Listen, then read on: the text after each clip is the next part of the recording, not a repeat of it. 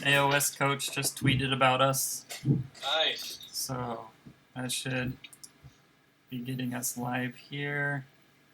Let's see, how do we tweet about this now? They moved. Jeez, I can't.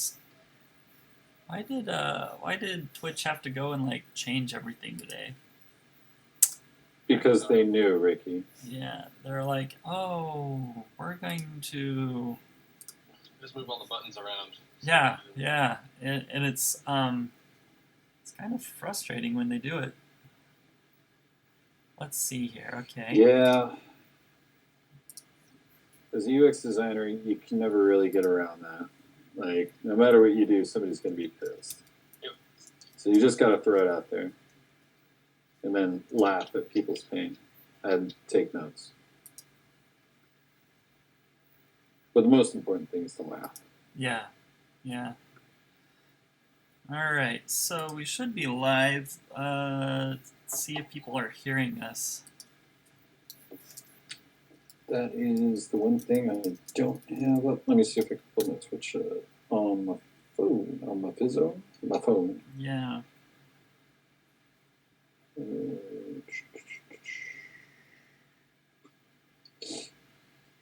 Where is it on my phone? I thought I had it. Alright, well, note to self, I might need to buy more Fire Dragon Bright before we get too far with this army. Fire Dragon Bright? What color is that? It's super duper orange. Fire Dragon. Is that a G-Dub color? Oh yeah. Wow. See, it's even got its official Citadel label that I transferred over. Fancy. Nice. You're one of Oh, those man. guys. Fancy transfer people. Alright, I think I can hear us too. Ricky, Yes. we're repping Chipotle queso dip real hard on this channel. Wow. Oh, yeah, you just said Tiffany's favorite word. The queso blanco from Chipotle. Yeah. Or dip. Queso. And Chipotle. And dip. Dip. Yeah, I mean, you covered all of her favorites. Nice. Check them all off. All right. What are you guys working on today? You have, let's see. What? I think I see, Matt, you're working on Gores. Yeah, I've got a lovely bunch of beastmen. Yeah. Getting the flesh on them, and then I'm going to go back and do the highlights afterwards. But yeah. Cool. Nice. And I've got skinks. Got a pile of them. It's the plurality term. Skink. that's not a pile. That's a tray. You have a tray of them. The tray of skinks. Oh, I think I see Mr. Beasley's joining us now. Can you hear me? Yeah. Yes. You sound perfectly clear. Oh, good. Yay! And the focus is, well, I haven't changed it, so. That's not bad. I mean, well, I still have my video settings turned down to save on bandwidth, so I'm not the best person to judge. Maybe this is a bit. It's all about the bandwidth. All right. Now I need to figure out what I'm going to work on here. I think I'm going to get some medals on these guys. It's still just not very clear, but. Still doing your doggies? Yeah, I've been trying to save these guys for the stream, so I'm gonna Gotta have doggos. get Yeah, it's funny. Like, you can't see at all on the picture the very clear, very bright, runes. like glowing runes. Yeah, they're all over the command models now, but for some reason that doesn't show up. Some stuff does show up and some doesn't. Because they're magic. Yeah, magic doesn't show up on the stream. It's That's probably right. because we don't believe in it enough. Yes. Magic. Cool. Well, I've got lots of questions to ask, so Nice. that's good. I have lots of disjointed answers for you. Oh, good. As long as they are rambling and nonsensical. Perfect. My cup of tea. You call the goats, you get the goats. Man, For I some don't have the reason- goat soundboard right now either. Oh, the ad. That was the ad he had to watch was Chipotle. Yeah. We've been repping it really hard recently. They know their target audience. Yeah.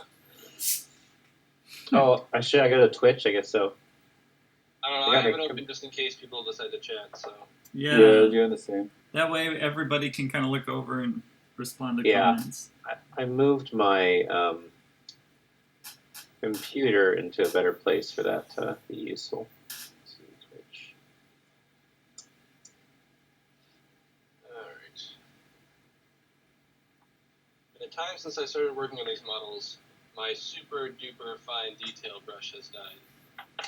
So we're not going to get the edge highlighting around the eyes today. We're going to work on broader details. Yeah. Wow, wow. Yep. It's okay. I'm the genius who decided that I needed to highlight around the eye rim on all the skinks. I think I need that adjustment. There we go. Get my camera.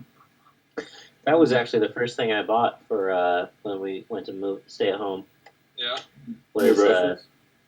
okay, ordering food, fine. I ordered 4 Windsor Newtons, so I'd have a series of backups. There you go. I probably have one in my stash of my great aunt used to be a painter before she passed away, and I got to raid her stash when we were figuring out her.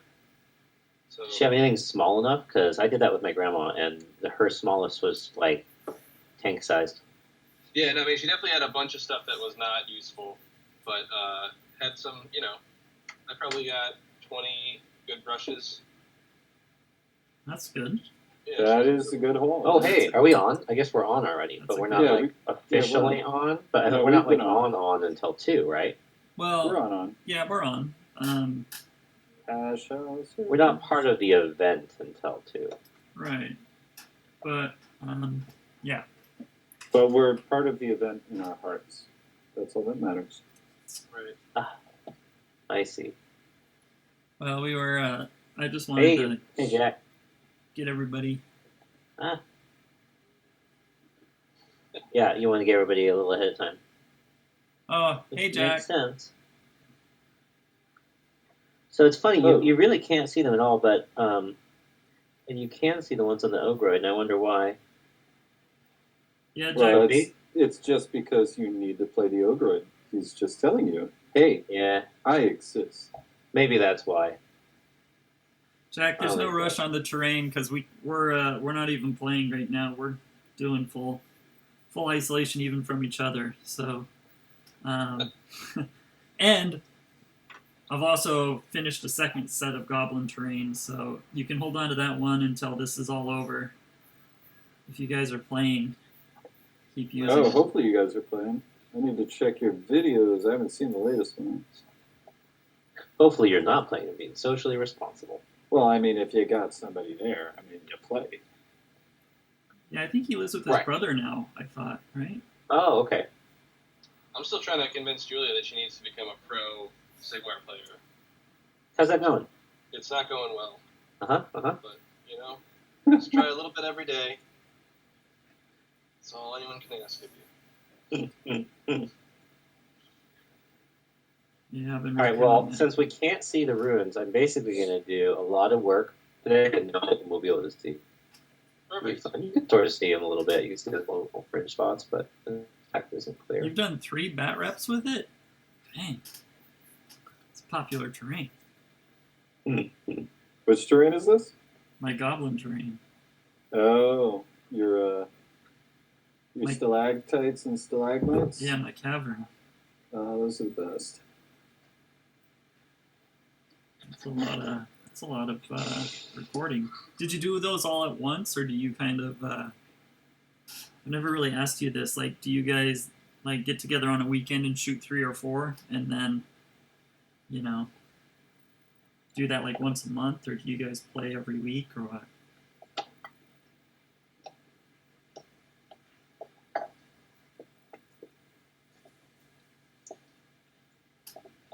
There's all these little studs on the leather. You gotta like wonder, is it really worth painting it in? Probably not, but You know you're gonna do it. Yeah. Is that a? That's not a serious question. So Ricky, I tried this the gray wash, the shading gray on that hammerhead. And Still looks terrible. I'm gonna try edging some sides with one color and some sides not. And if it doesn't work, I may accept that the painting style doesn't match the spikes on the edge of weapons and literally just shave all the spikes off. yeah, I'm not sure I like the spikes on there, but I think you might need to just try and get a gradient across the surface. Like, it's almost like a non-metallic metal gradient across the top. I think that's going to kind of give it something to look better. I don't know. Right, but that would be easier without the spikes. Is my Try to get together weekly. I mean, it's your models. You decide if you want spikes or not. yeah. I mean, I've already converted these, so it wouldn't be a bad thing to convert them more. I'm just sort of gonna try one little additional thing, and then maybe I'll just spend this time mangling models. The problem is on this one's pretty clear, but like a lot of the other Iron Golems models have spikes like in ways that they're on fragile pieces, and so I'm concerned that removing them would break the model. Gotcha. Potentially, yeah. Yeah, well, Jack, hold on to it. Use it. We're making more terrain, too. Miles just made a bunch of dwarf terrain, and I'm printing a whole bunch of trees. It's going to be like a month-long project of printing trees. So we're going to have more terrain if you want to borrow some more to mix up your channel. Is your terrain? Are your trees going to be dense? Yes. We'll know the rules for those, right? The trees didn't finish third grade. Yeah. Not dense. Dense. Yeah. Miles. Oh. You're the worst. Yeah, the dwarf terrain's looking good, and I have a ton of lizardman terrain coming down the pipe too. Oh yeah, from the what was the name of that fire? I got some Kickstarter from like a year and a half ago that finally turned up. And I don't know. I might still have a bag of aquarium plants that I bought when I did my first lizardman terrain. Nice. I'd have to check downstairs. I think it's. I might have also thrown it away because I was like, Man, I need to get some of my own. I was figuring I'd use that for basing on these guys. Yeah. And thanks, Jack. I got your. Actually, I bought a mail, like a scale for postage. So I can mail people. I have models for random people, so I was going to actually mail them out. Because I figured, who doesn't like getting models in the mail, right? Right. It's fun. Yeah. Derek's Right, been well, waiting. go ahead. Anyway, no, go for it. Derek's been waiting for his salamanders that are printed for him. Oh, looks like Tom's here. Hey, Tom. Hi guys. Hey Tom. I was just skulking around waiting to see how long it took anyone to notice me. Oh, so we have a question from Jack about the Lizardman book. So if you guys want to expound on that for a little bit before we do our first dating question, go for it. Let's do it to it. Sure. It specifically seems like Miles is the only one being asked. Well, I think it's only charitable to let you guys weigh in. But I don't know. I think it's pretty fun. I think it's got a lot of it's got a lot of cool things going on, and I'm excited to break these models out again. I don't know. I'm excited for new ways to play with models that I already have. And I don't know. The initial data seems that it's going to be quite strong. Well, this is the third new ways to play with models you already have army in a row now, right? Oh my god, yeah. What a pain in my ass. GW's like, you're never going to have to buy anything again.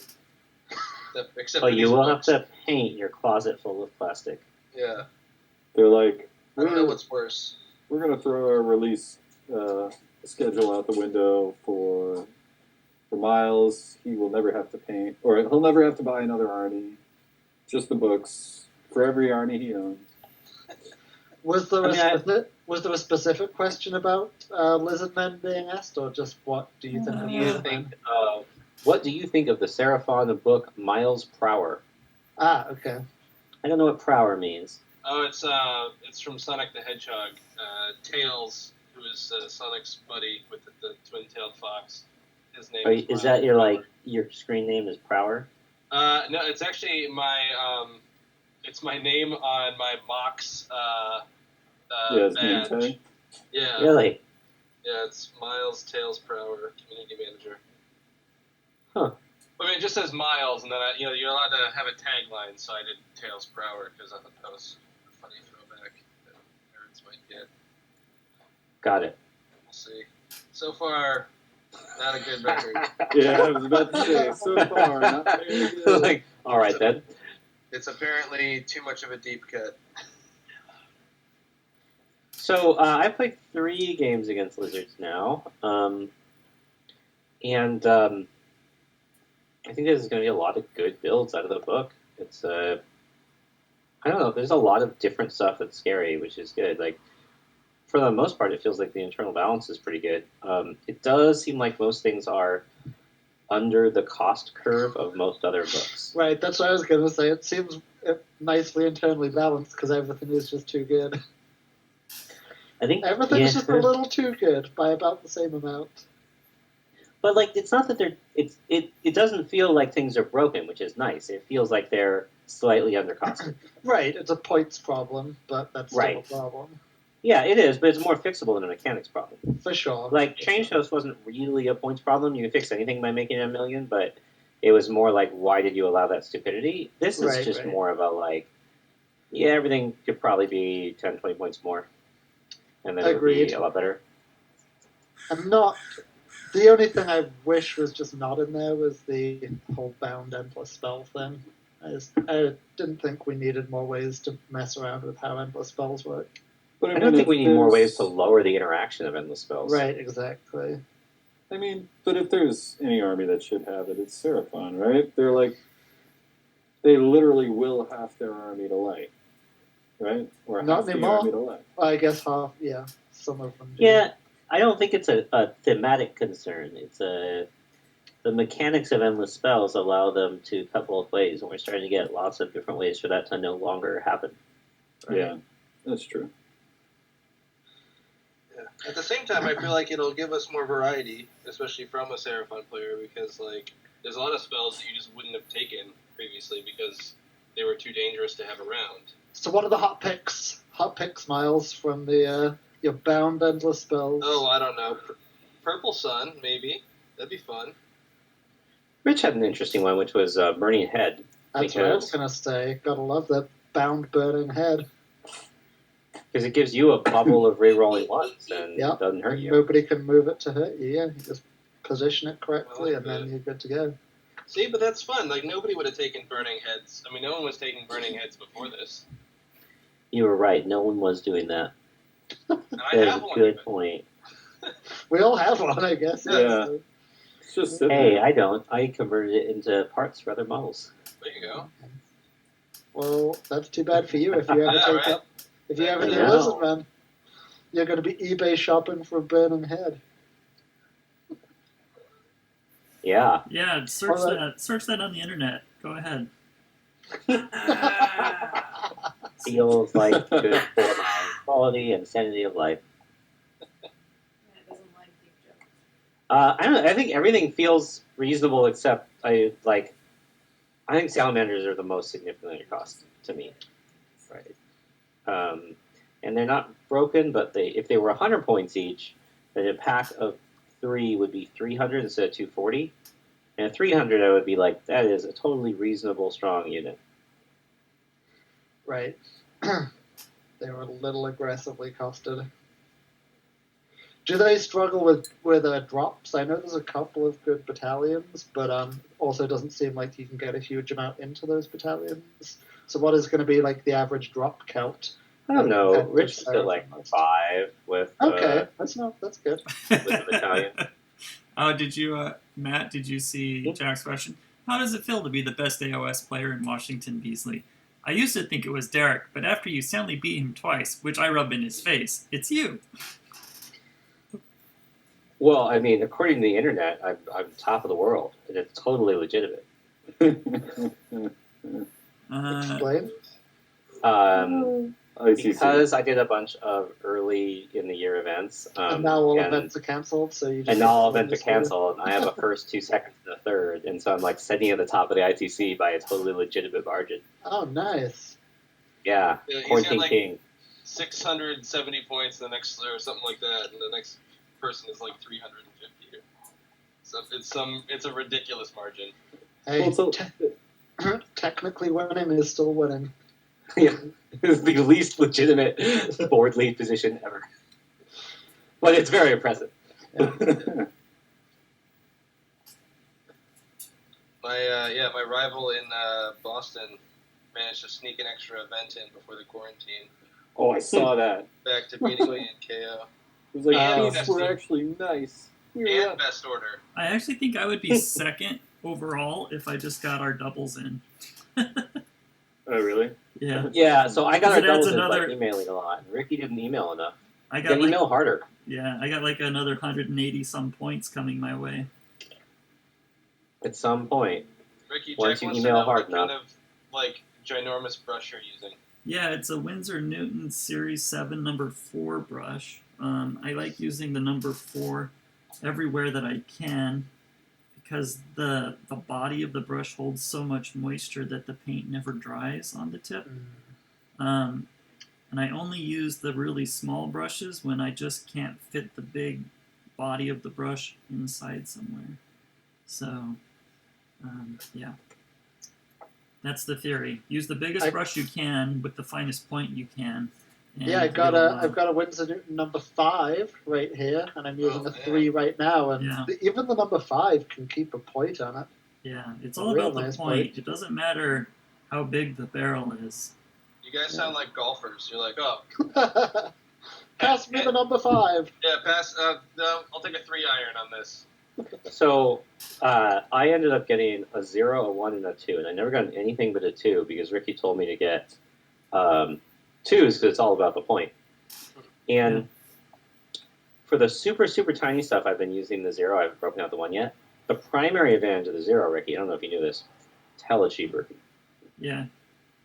So when you're terrible about cleaning your brushes, and even with Winsor Newton you kill them over time, having some small ones is nice. Yeah, well, just get some of the brush cleaner and clean it every now and then. It doesn't hurt. I have that. It doesn't help. Oh, well, it's probably user error. Then you're probably smashing them into stuff. It's Yeah, just like 100% user error. I'm not like denying. I'm not denying it's user error. I'm just hard on objects, and so having backups and cheaper ones is useful to me. Yeah. I've got like some sort of deep brush reclaimer where like it's like if you were the dumbass and got a bunch of acrylic into the base of your brush, you need to soak it out overnight. The problem is you have to like soak it for a number of hours, and that means you're just leaving them on the brush tip for that long.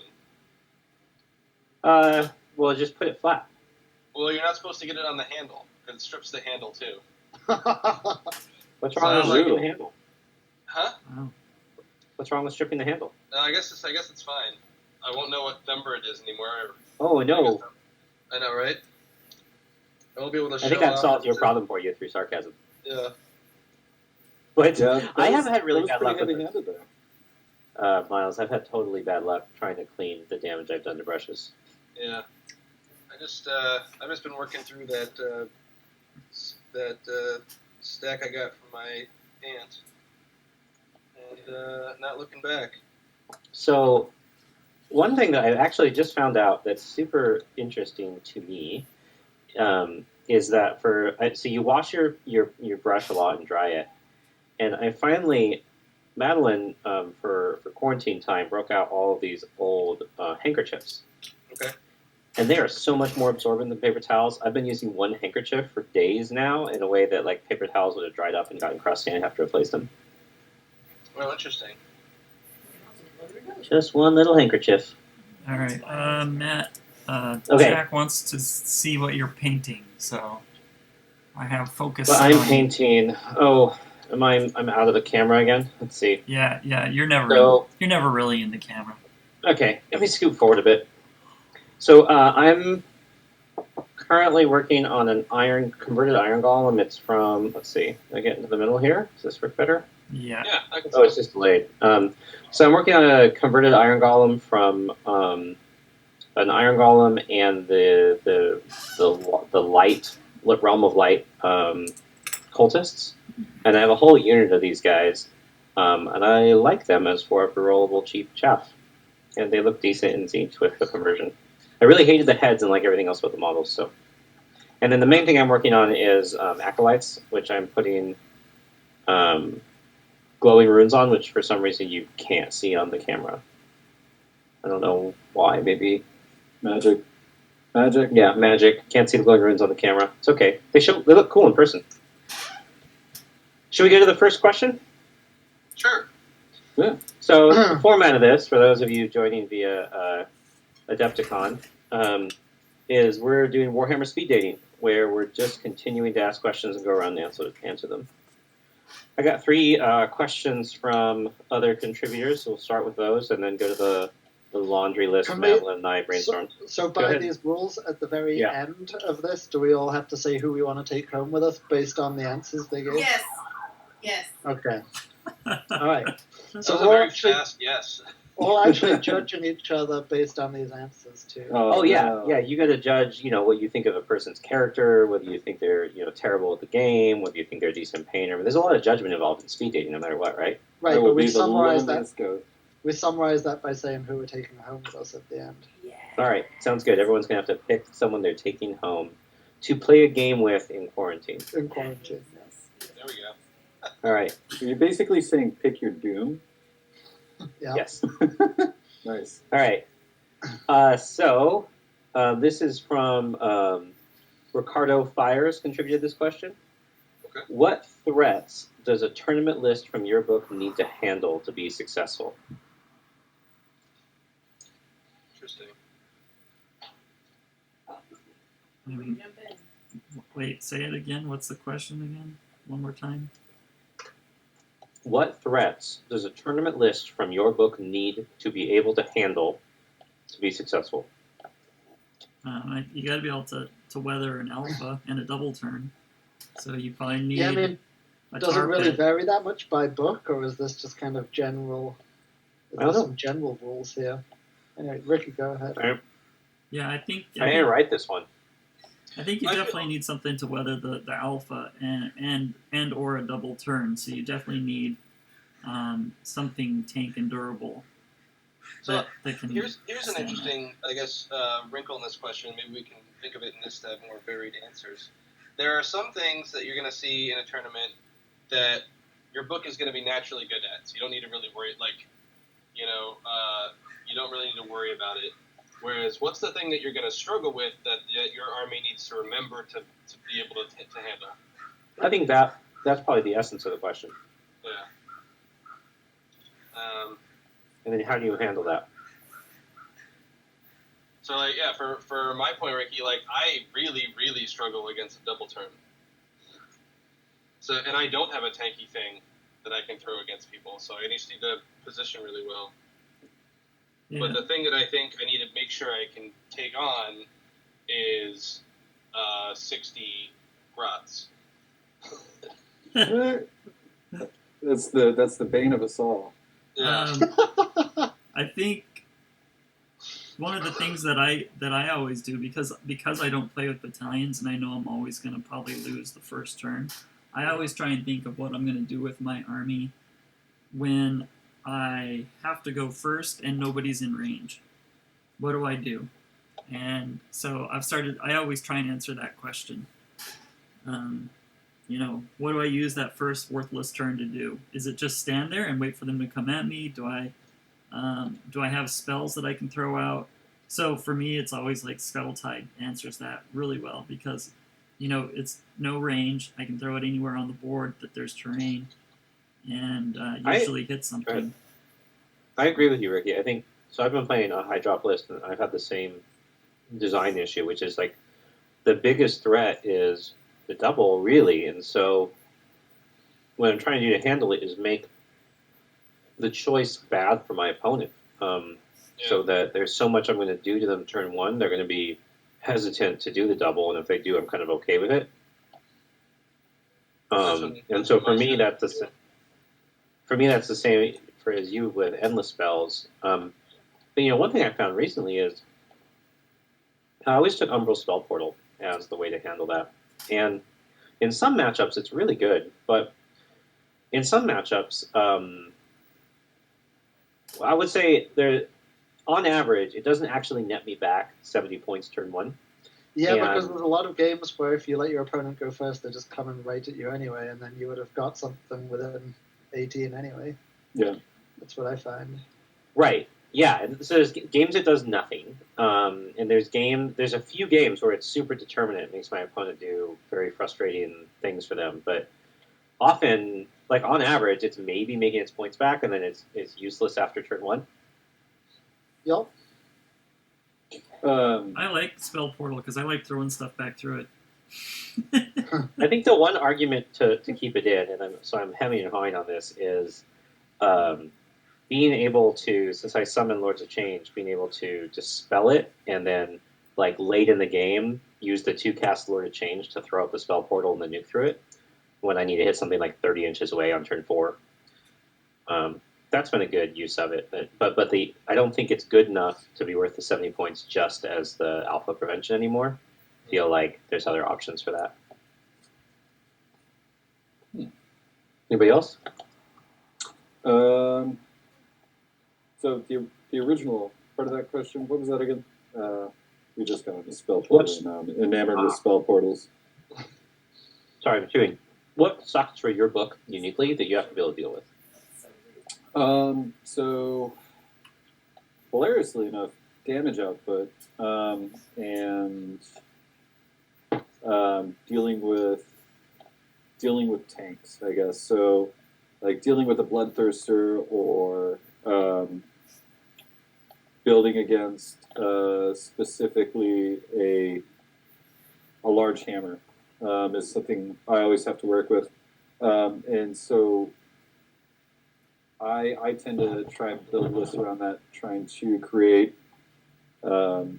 basically a target priority. So have things that have seeming equal worth to my opponent,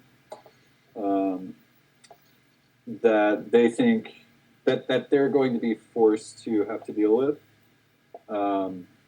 where no matter which one they take out, there is another unit there that has equal weight behind it, whether it's movement, damage, or tankiness, right?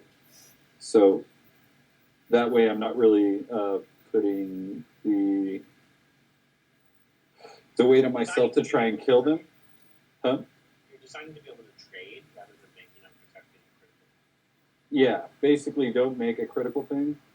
Make all of it able to fill the gap that's going to inevitably happen if I go last or if something goes out of my control, which usually it does, especially with not playing really any battalions. So generally I know I'm at the mercy of somebody, and then I can deploy around that and give them target priority problems. What's your book right now? Like, is it Sage? Matt, why is your audio so bad? Yeah, why did you go, Matt? Are you talking to me? I put the thing above my head because I was eating. So you're asking me what is my book right now, and so is it so Zinch or is it Cities? Yeah. If I was going to a tournament right now, I'd be taking Zinch because that's what I have plated. So then, kind of more generically, obviously the questions you have to ask are like, so can you deal with an alpha, something that's running straight at you, and for that you need chaff, right? I can do chaff all day long. Damage output, you have to explicitly think, do I have enough to chip off OBR and Fire Slayers from objectives? Those are kind of the two tank armies, and I think Zinch doesn't necessarily struggle with getting enough specific, especially shoot and damage output to deal with those.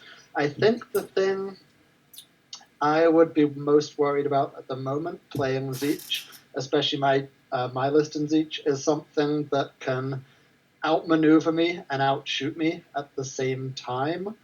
In other words, getting their shooting threats into the right places at the right time to take out my important pieces. So the armies I'd be especially worried about would be a Zeech mirror match going up against somebody who has a change host, which I haven't faced yet, so I don't know how to deal with it. And then I think the Seraphim present that challenge a little bit as well. Especially, I'm looking at the kind of shooty skink build in there where you can teleport 40 skinks and they're putting out 15 mortal wounds or something off 80 shots. And so that is a little challenging to me at the moment. I think the way I would, if I wanted to adapt my list to deal with that, I'd be having to look for things that can do pre-game moves to zone out my space a little better. So I've actually been looking at the Host Arcanum a little bit in the Zeech book, wondering whether the pre-game moves in that would help screen out my space a little better, because I'm not going to move to change host and kind of play that game. Tom, what are you playing that gives you this strong shooting that's not change host? So I am playing maybe similar to you, but more Acolytes, so Witchfire Coven in the Pyrophane cult. So I've got 50 Acolytes in total. 30 of them get to shoot in the shoot phase there. Re-rolling to hits because of the Fate Master. They can re-roll to wounds as well if you want from a command ability. So it's just a lot of Rend 1 shooting. So that's why I'm not necessarily worried about OBR.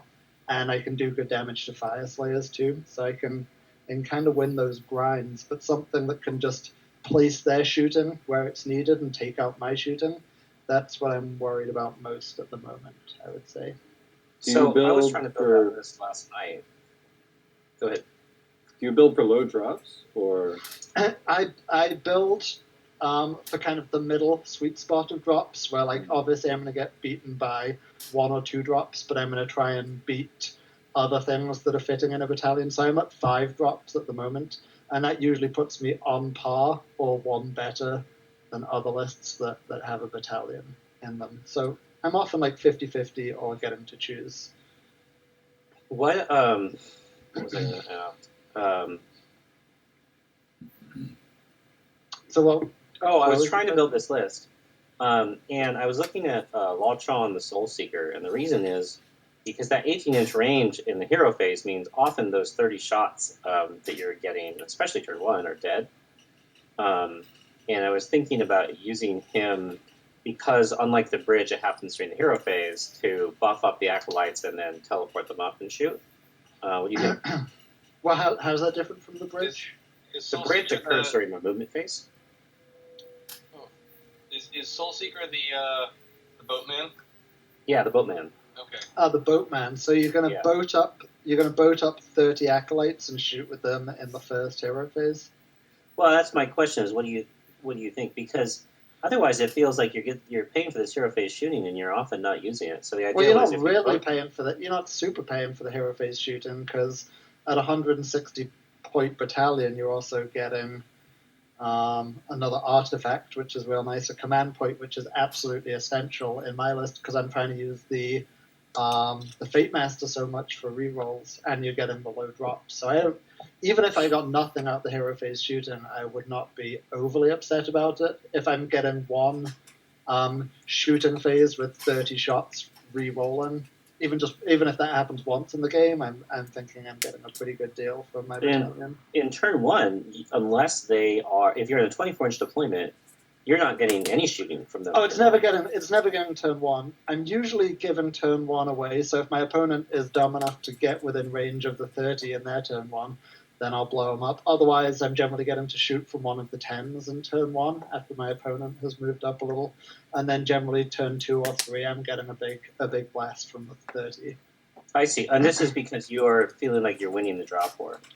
I'm usually winning the drop war, and that's, like I said, I have not played Change Host yet. That's just not in my scene. And what else is really reliably low enough drops to beat 5? I guess there's a lot of good Hollow Heart lists can beat that too. Would Yeah, KO be I able to? stopped doing the drop board because I felt like I was losing the drop board too much. You feel like 5 is not even good enough? Yeah, So I was what at do you- 5 and I just wasn't really making it, and so I wasn't making it reliably against sort of the lists I was most worried about, and so it felt better to not compete it and have more separate chaff than engage in something that I was losing when it felt like it mattered most. Well, I'm also not too worried about losing because say I do lose and they make me go first, then first turn I'm pooping out a bunch of horrors from my summoner, and I've got 2 tens of acolytes anyway, so I can set up chaff walls for days if they want to run into me. Matt, to your question, there is a KO build that's a 3-drop, and it's pretty good. So you could do that. It is a lot of eggs in one basket, because that's the ironclad with all the guys in it. That's the other one I should have mentioned in my problem of dealing with shooty maneuverable lists. So Yeah. change host, KO, and now the Seraphim. Those are what I'm worried about. Any army that basically just has to walk towards me and try to punch me, I feel like I'm usually winning that fight. But this maneuverable shooty archetype is what I'm worried about. Got it. But the answer would be some pre-game movement, I think, but I haven't really played around with But that would up your drops. I mean, that's sort of been my exactly. anytime That you would add probably ability is you're out of the drop board. exactly that would probably start putting me on a slippery slope towards just abandoning the build altogether because I'd add in another unit, then I'd be at 6 drops. I'd think about losing the battalion, and then everything goes out the window. So Right. So you're just one step ahead of me, basically, is what you're saying. Well, I had a ton of endless spells, and I had a battalion, and I just felt like I had too little board presence, and so Yeah. I stripped a bunch of it out to add more stuff to the board. Well, I don't know if invest it was a a good lot. choice or not. I don't invest that much in spells, I guess. I feel like I have a good number of bodies on the board. All right, so who's still... Good answer. Who is still looking for question 1? Miles? Thought I answered. Okay. For me, it's always a horde unit, like a big horde unit, like with a, and not like OBR where they're like just reliant on saves, but like something with like a bunch of after saves or a bunch of minus to hit or something else protecting it that and they have to be battle shock immune. It's just something that I have to do. I have to do 40 wounds to it. There's no other option. Yeah, that's really tough. Yeah. Right, like OBR is kind of the exception only because 40 Mortec is super expensive. So if you want to take a big unit of 40 Mortec, like, have at it, buddy. Like, I can run around that. But if it's cheap and you can take like what is it? For Nurgle has Plague Bearers who can get -2 or 3 to hit. It's like, geez, I got nothing. That's unfortunately you don't see that often. I hope Gabe's not listening and taking notes.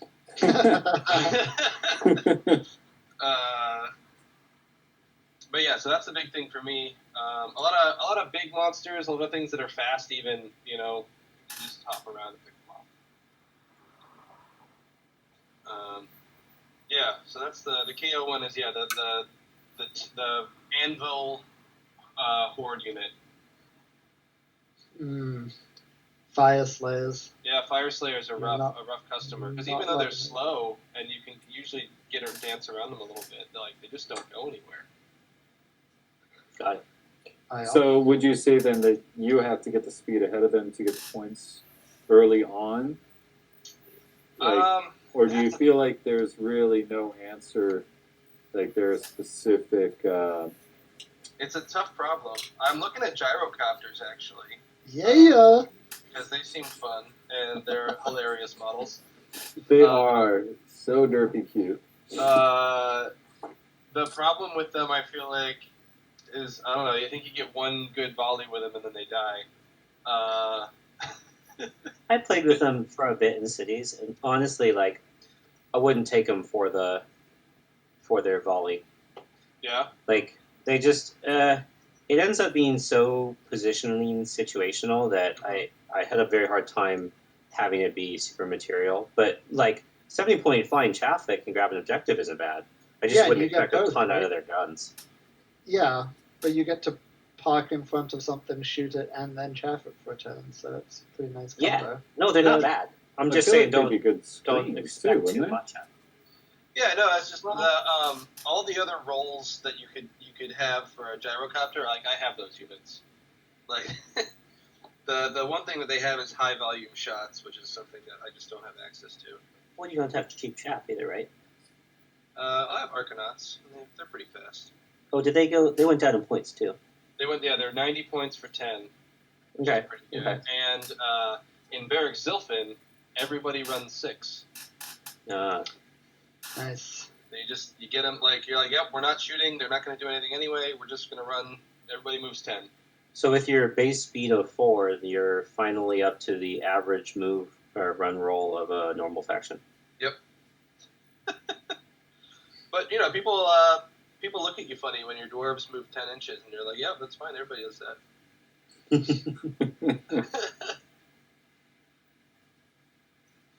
Right? What about who hasn't gone? Matt, did you go? What are you hating right now? Oh, I thought I went with. Oh, did Wait, you which say Matt? already? Other Matt. I met Beasley Matt, but I'll sit back down. well, I thought you, I don't remember who's gone. Oh, I totally It was, did. I was chiming in on the drop war thing, but I Got guess it. the one thing that I thought was really interesting is I played Rich's list that was playing a Lizardman all Monster Mash list, and it was good because it was just a lot of medium priority targets. It was just buckets of 4-up saves on single models that were pretty equally critical. Right, And- no linchpin that you can just pop out. Right. And so being able to target things didn't matter that much. And then the other thing is, I just didn't realize, I've been playing without Demon Rift because my guess is by the time I get to play in person again, it'll be different in some way.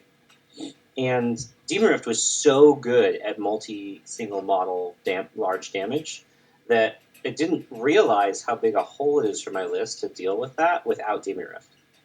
Really? So now I'm like, oh, I don't know what to do about like these large models. I don't have the same kind of single target thing. Tom's starting with Lord of Change on the board. I'm starting with a Manticore Lord, and Lord of Change is going to be much better against shooting out monsters, whereas I have potentially too many answers to anti-horde. So I've found that's a weakness. I don't know. It's only one game, so we'll see. But it feels like a weakness right now that I hadn't really realized. Yeah, I love Go for I it, love Tom. starting with a lot of change on the board because sometimes there's just a clutch spell that you have to dispel. Like there's a list out there, I don't know if you ever played it. I mean, there's a lot of cities lists that rely on bridge, right? And one of them is you just bridge up 60 freaking whatever they're called, Iron Drakes. Right? Bridge up 60 Iron Drakes and just blow you away. And if I can go first and get my Lord of Change up into dispel range, then that makes me pretty confident that they're not going to get off that bridge. Now, why is the Lord of Change giving you better dispels? You mean when you're rolling the dispel? Because I feel like for bridge you'd be forcing it with dice, and with Destiny dice, Lord of Change is worse than horrors or acolytes now. Yeah, but yeah, it's true. True, you got the dice, got the Destiny dice. I think starting with Gateway on the board is a big deal. Then I would go back to having Spell Portal. Yeah, Gateway's really good. Matt, So yeah, I don't know. I'm going to try 40 Marauders and see how that goes. 40 Marauders. Yeah. Well, here's my thought: yeah, the is glory of internet, playing on the internet. You can just try out all the random. yeah. Yeah, why not? So I've already got the Manticore Lord, I freed up the points for a 6th caster. Instead of going something Zinch, I got the Chaos Sorcerer Lord because he can give rerolls to hit and wound to the Marauders at an 18-inch range. And he can always give the Manticore the buff, so the Manticore can give the buff to the Marauders. So they're going rerolling saves, rerolling hits and wounds. You know, it's 80 attacks at, you're not going to get them all, but it's 80 attacks at rerolling to hit and wound run 1. Pretty cheap. So I dropped the second Foot and Lightning block for that. I'm still obsessed with this idea of Zinch mixed arms, which is probably not really going to happen, but I keep messing with it. Ugh, Foot Enlightened. So, Matt, we were talking before you jumped on the chat. I think Seraphon is a particularly good matchup against your army. Do you agree? We're talking about because Rich seems to be doing particularly well with his random lists against your stuff. Yeah.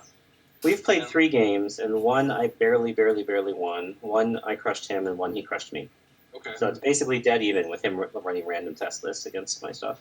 Either Right. that, or that my list was just totally crushed on Demon Rift, and without any stuff that good.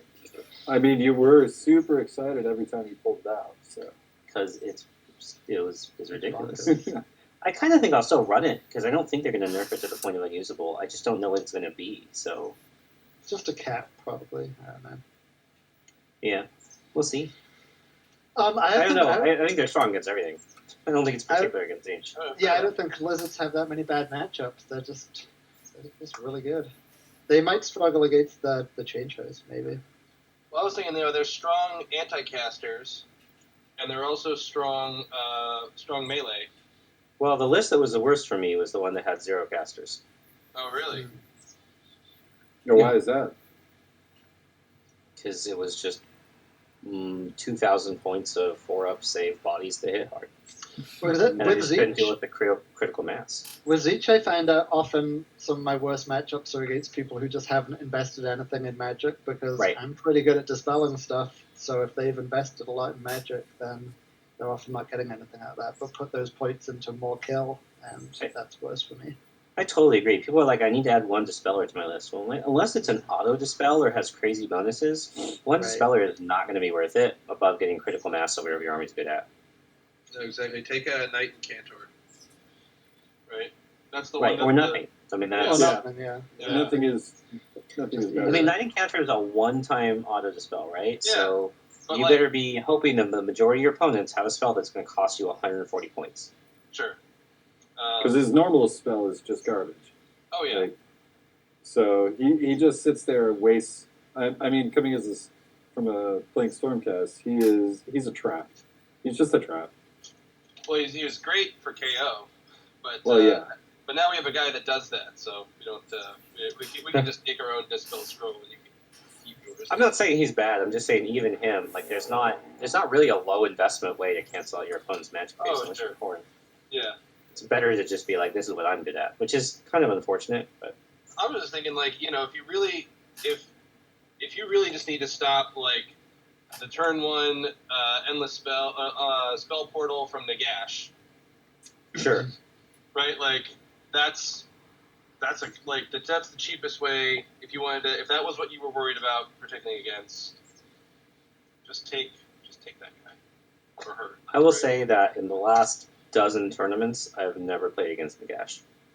Yeah, what's up with that? I don't know. I'm getting that one painted soon. He'll be on the board. Yeah, but you gotta paint all those gore first. So I know. Look, I'm doing it. See all these gore?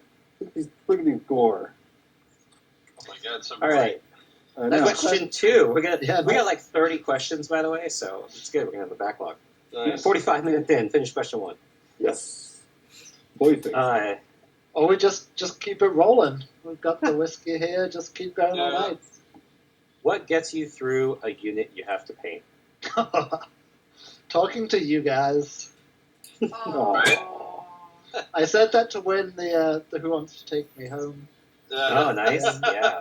Good, You're nice a friendly crafty boy. answer. Very political. Yes. Well done. Well done. He's read the room. Ricky? I'm guessing. I have a guess what Ricky's answer is, so I want to see if I'm right. Audiobooks?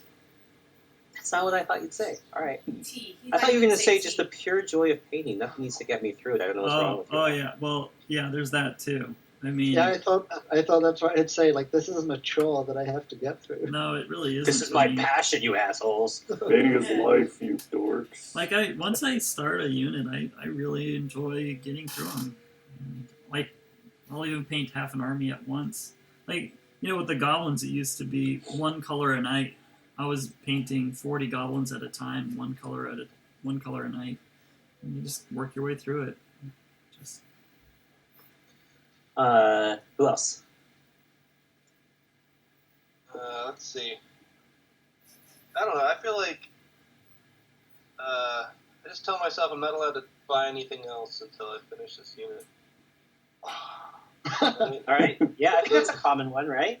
Relentless self-discipline. So just pure capitalism gets you there, the desire to buy more things. Yeah, right. Well, like, or no. Marie Kondo and be like, I don't want a bunch of unpainted plastic in my house. Yeah, exactly. Like, this does not spark joy yet. So I could give my real answer, which has two parts. Yeah, do it. First part is dual projecting always. So right now I'm working on 20 blue horrors and I'm working on 10 dark shards, and I'm just swapping them back and forth, doing bits on each, and I really like changing it up. That helps me a lot. And then number two is just the podcasts. Love all you guys out there who are making Warhammer podcasts for me to listen to. So that. Man, you really want to be popular at the end of the night, huh? Yeah, right? Matt, what about you? So I guess two things. One is like I guess I'm fairly notorious for having about 1 billion armies sitting on the backlog. So notorious. But I think one is to actually bring them to games. I really hate playing with gray things, so I'll put models together and they'll sit there gray for a while, but I want to bring them out. And so I kind of just sit there and go, okay, I've got to get this out because I want to have it at a game, or I want to play it at a tournament, or I want it to be on the board, because I hate showing up with gray plastic. It just, it's a good motivator. And then the second is writing lists. So like I'll just buy random shit, but I want to test out the list. So it kind of like I won't be able to play that unit or that list or that army or anything in its entirety and test it out until I've got that unit painted. So I'll sit there and just kind of like grind through it. So it helps having multiple armies to do that, because I'll be like, oh, well, I want to try this, so I'll paint this unit for this army that's already about half painted. And, okay, well, I'm bored with making that list and getting stumped by playing that army, so I'll move over to this army, paint that unit that's been sitting there for a while, and onwards and onwards. Basically, hobby ADD is what gets me through it, essentially. So mine is, it's actually sort of the same as game. Like anytime I play a game, I want to ask myself afterwards, like, what have I learned from that game that's going to make me better at the next one? And it's the same for painting for a unit. Like everything I paint, I'm either trying to learn a new technique that I've never accomplished successfully before, or I'm trying to do something in a super efficient way where I've been able to get through more models to a different standard in a way I haven't been done before. So like when I painted my Sylvaneth, they're very much a speed paint job, but they were a combination of airbrush and washes and contrast paints, where it was probably the most efficient time-wise army that looks decent on the board that I've ever painted, and I would keep doing that. Like I kind of want to do that with another army. And then for Tzeentch, every unit I'm painting, I'm trying to learn something new and then going back and applying it to old units. So there's always a growth goal. Otherwise, I wouldn't get through it. Yeah. Oh, fair enough. I feel like I've stepped back a little bit because I have this Salamanders army from Warhammer 40k that I was like, yeah, this is the army. We're doing all the edge highlights. We got custom flame emblems on everybody, and I have probably 1,000 points painted up to that standard. But it was so demoralizing to do. Yeah. I feel like that's how you can burn yourself out. Yeah, and so I feel like my goal has been to find more efficient ways to get armies that I feel like look good. That was another thing I wanted to mention. If you like trying to figure out a way to make your paint scheme such that the model starts looking good as early as possible. Oh, that's like such a challenge. Not done, but like it starts looking like itself. Mm-hmm. Yeah. Like yeah. one of the problems I had with these Space Marines was you were 7 or 8 steps in before they started looking like the end goal. Got it. Right, because it was you primed them, then they were green. They were a dark green, and they got washed, and then they got layered, and then the trim, and then the black on the shoulder pauldrons. And at that moment, they started to look like the proper Space Marine, not like a half-done model that I hadn't finished with, you know. And there was still plenty of work to do, but like that's the point where I like looking at them get finished became motivating. And I feel like one of the things I've tried to do in Army since then is to try and get my color scheme so that they start looking good, and seeing them get finished is motivating from an earlier step. It's not always easy. How much does, for what you normally difference, how much does the Army matchup impact your chance of winning? Didn't hear the question. Yeah, you roboed out how there. much does match impact your chance of winning for what you would take to an event? Like, what you would percent take- is it for so you could have in Warhammer, how much is matchup determined when you get started leaves? And Eric complained about how rock paper scissors the game is. So for what you take to it, what percent of the time do you sit down at the table and feel like the map is going to determine the outcome? Lose. It's a tough one. I feel like it's been the other way pretty recently, at least for me. Matches I thought I was definitely going to lose ended up doing okay. Maybe that's just me. No, but that's an answer, right? That's a low Yeah. percent. You're saying a low percent is actually Yeah, I determined. mean, there are matchups that I'm not as excited about. There are missions that I'm not as excited about. I'm like, oh, this is going to be tough. But I feel like usually if I think it's going to be tough, then I concentrate harder or something. Or if I know it's going to be tough, then I've thought about it more and I have a better plan. I kind of agree. That's a good comment, Miles. I honestly feel like recently I have felt the only times I've walked to the table and felt like, wow, I feel like I'm going to lose. It hasn't been about my opponent's army. It's been either about the terrain or the mission. Yeah. Yeah. Well, I mean, specifically, started out of ITC this year has been some interesting effects on the board for everybody involved, right? Yeah. So, yeah. What about you, Ricky? Sorry, what was the question? I don't think I understand it. What percent of the time do you walk up to the table and based on your opponent's army, you feel like either I'm definitely going to win because of the army or I'm definitely going to lose because of their army? Oh, I think I'm going to lose 42%. basically every time. What was that? I'm always surprised when I win any game. I'm like, oh, how about that?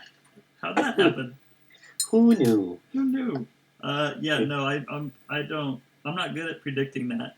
Like, there's a few matchups that I can say like, oh, I think I'll do okay here, but I never really feel like I have 100%. Like, oh, I can definitely win this one no matter what. I mean, I don't believe you because I feel like you have had that refrain of how you've never lost to Warriors of Chaos or Slaves to Darkness, like, ever. I don't think I've ever beat Ricky. I've never beaten him. He's like my boogeyman. Well, but it was specifically, even from 8th edition, like, if there's a Chaos Warrior on the board, he's generally won the game. Is that wrong, Ricky? I mean, that's probably true, but that doesn't mean that that's what I felt. All right, fair enough. Yeah, it's like, yeah, I see those like, super high armor save blenders walking towards me, and I'm like, oh boy, this is gonna hurt. And then I end up playing really defensively, and then that's what usually wins the game, is because I play a defensive game, and apparently that's what it takes to win those matchups. So, yeah. So you don't feel like a lot of it really is about the matchup. Like, it's not like you have different armies where you're like, this one was good, this one's bad. Like, that was the... I think there is, but I'm probably not the best at identifying that. You also have a really good all-comers list, right? Like it's a little bit of everything. Yeah, I think I spend too much time thinking about my own army and not other people's armies to really say for sure. I guess maybe I don't know. So I think it. Go ahead. Like I know I suffer against Zinch right now, and I know I suffered against Sylvaneth, but I don't know why. Like I couldn't honestly say why those were ones that were hard for me. But almost every other type of army, I tend to feel like it could go either way, and that's even like when you look at the problem with like the way we score tournaments right now is they're not very reflective of my games.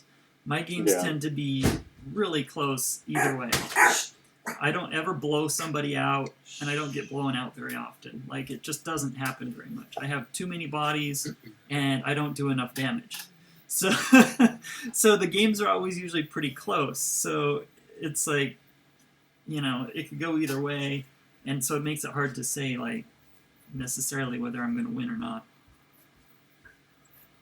Cool. I think that's a good segue to my answer, which is I tend to quit playing the armies where that's a high percentage. And I think like Ricky has a nice mixed arms list, and I tend to play, like I really enjoyed playing cities, and I really enjoyed playing Zinch because they have a lot of outs and they have a lot of ways to deal with different things. I think there's a lot of rock, paper, scissors armies in the game, and I stopped playing Sylvaneth and I stopped playing Warriors because those did have a lot of matches where I sat down and knew what the result was going to be.